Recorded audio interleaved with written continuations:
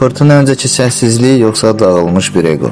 İlya Topuria Justin Gage məğlubiyyətindən sonra sosial media fəaliyyətlərini demək olar ki, tamamilə dayandırıb. Topuria adının brend olmasının ən böyük səbəblərindən biri də onun səs-küy gətirən açıqlamaları idi. Ağlasığmaz iddiaları ilə, döyüşlərdən əvvəl keçirdiyi qalibiyyət kutlamaları ilə özünə böyük miqyaslı hype qazandırırdı. İşin maraqlı tərəfi Justin Gage döyüşünə qədər bütün iddialarını həyata keçirməyi bacarmışdı.